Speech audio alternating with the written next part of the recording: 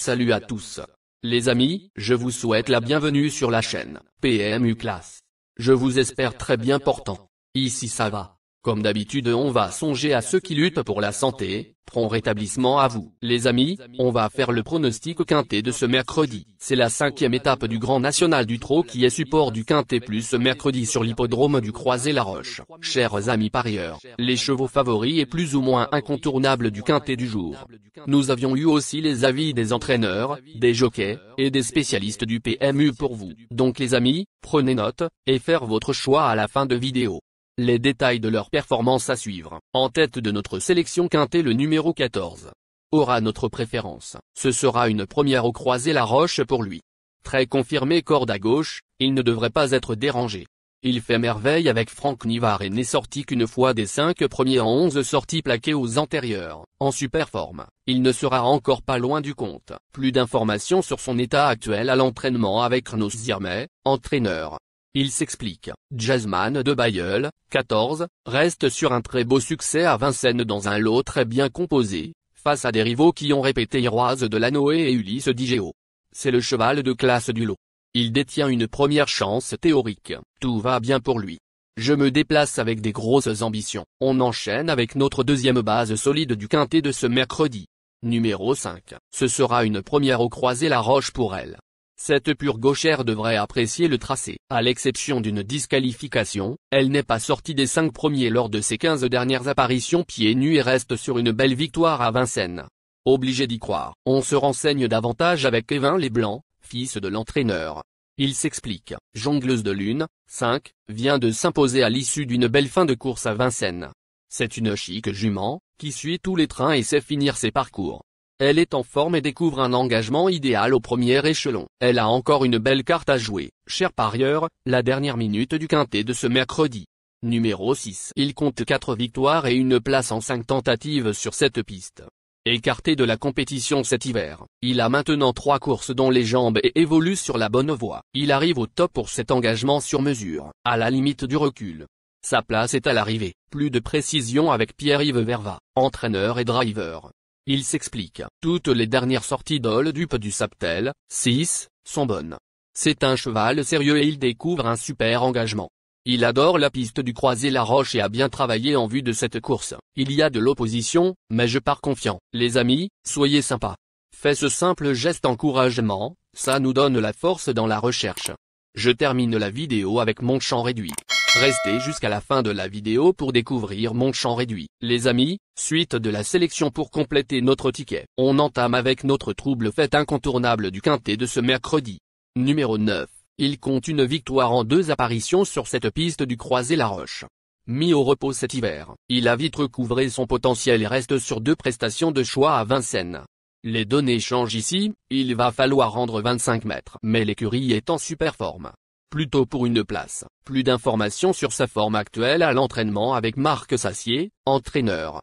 Il s'explique. Horatius Della, 9, vient de très bien courir dans un lot de qualité à Vincennes. C'est un peu rapproché, mais il semble avoir bien récupéré. Je me suis laissé tenter par cette course qui devrait être rythmée, cela peut lui plaire. Avec un parcours sans encombre, il peut intégrer la bonne combinaison du quintet plus. Nos 2 tocards incontournables du quintet de ce mercredi. Premier tocard en forme. Numéro 2, ce sera une première au Croisé-la-Roche pour lui. Le tracé ne devrait pas lui poser de problème. Après une riche campagne 2024, 8 victoires, il a soufflé en début d'année et n'a pas tardé à retrouver son bon niveau ce printemps. Pieds nus après une course d'entretien, il faudra compter avec lui. On écoute Mathieu Varin, entraîneur. Il s'explique. Imperator Della, 2, vient de courir à Cannes en vue de préparer cette épreuve. Il est au top de sa forme. Il est adepte des courses de l'avant. Ce sera la première fois cette année qu'il pourra employer cette tactique. Il va se plaire sur cette piste. Tous les feux sont au vert. J'y compte pour le podium. Deuxième tocard en forme. Numéro 8. Il s'est imposé lors de son unique incursion sur cette piste, il y a 3 ans. Il a soufflé au sortir du meeting d'hiver et a maintenant 2 courses dans les jambes. Même s'il doit rendre les mètres, il est cette fois allégé dans sa ferrure. Benjamin Rochard en tire le meilleur parti. On garde plus de précision avec Antonio Ripoll-Rigaud, entraîneur. Il s'explique. Après un petit break, Django Vici, 8, s'est très bien comporté pour sa deuxième course de rentrée, à Cholet, sans avoir un parcours favorable. Il revient à son meilleur niveau. Il est en forme, mais doit rendre la distance. C'est un cheval dur à l'effort et la piste plate du Croisé-la-Roche va servir ses intérêts. Jazzman de Bailleul est un sérieux client et il y a des chevaux de qualité au premier échelon. Mais il devrait bien courir. Notre outsider séduisant du quintet de ce mercredi. Numéro 13, elle compte 2 victoires et un accessite d'honneur en 4 apparitions au Croisé-la-Roche. Elle évoluera cette fois plaquée, 4 succès en 10 tentatives. Elle a 2 courses dans les jambes après s'être reposée. Elle peut encore manquer, surtout aux 25 mètres. Dans un second choix, plus de précision avec Alexis Garando, entraîneur et driver. Il s'explique. Happy Danica, 13, m'a un peu déçu sur le coup à Vincennes lors de sa dernière sortie. Elle était munie pour la première fois d'une martingale et elle s'est bloquée dessus pour finir. Je pense que c'est l'explication. Elle a trotté dimanche à la plage. C'est un peu rapproché, mais je ne pense pas que cela soit un problème, même si j'avoue être un peu dans le flou avec elle. Plaquée aux 4 pieds, elle est très bien comme cela. C'est une bonne sprinteuse, qui a besoin du parcours favorable. Notre surprise évidente du quintet de ce mercredi.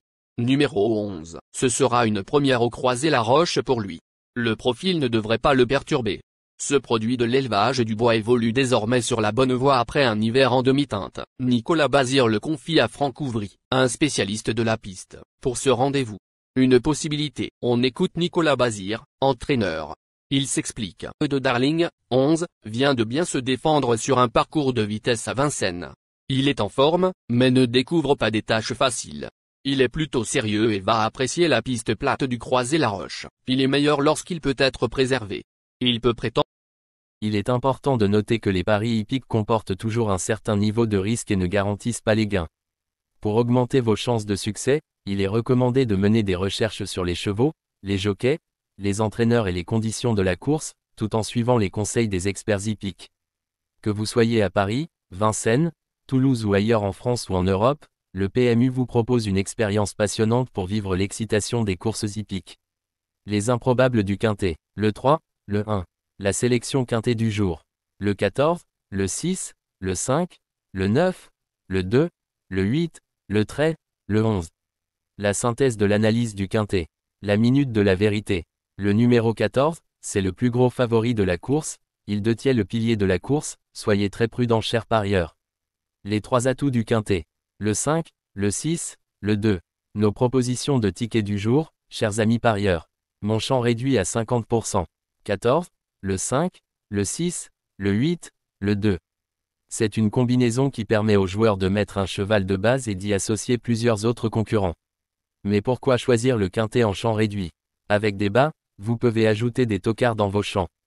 Si les bases font l'arrivée avec un outsider retenu dans votre pari, alors les rapports peuvent être rémunérateurs. Cette formule en champ réduit est toutefois moins sécuritaire que la formule combinée.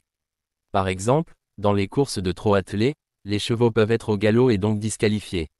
Si cela arrive lors d'un quintet en champ réduit avec votre base ou l'une d'elles qui est disqualifiée, alors vous ne pourrez pas toucher le quintet mais au maximum un ou plusieurs bonus. Cette formule est un bon compromis entre le quintet unitaire qui consiste à jouer uniquement 5 chevaux et la formule combinée qui est plus sécuritaire mais également plus coûteuse. Selon les courses PMU et la valeur des chevaux, vous allez faire votre choix entre les deux. Ticket de folie, le 14, le 1. Et le 14, le 3. Ici nous avons décidé de combiner la base avec nos improbables. Ticket de couverture, le 14, le 6. Il existe plusieurs types de jeux, comme le pari en jeu simple, couplet gagnant ou placé, jeu trio, jeu quarté, jeu quintet, que vous pouvez tenter votre chance les amis. Mon multi 5 du jour. 14, le 5. Associé au grand carnet, le 14, le 6, le 5, le 9, le 2, le 8, le 13, le 11, le 3, le 1. Vous êtes nombreux à contribuer et donner votre avis sur nos différents contenus et nous sommes heureux de recevoir vos contributions et réactions respectueuses et courtoises qui enrichissent nos publications. Merci les amis, bon jeu à tous, à très bientôt pour la prochaine course. Bye bye.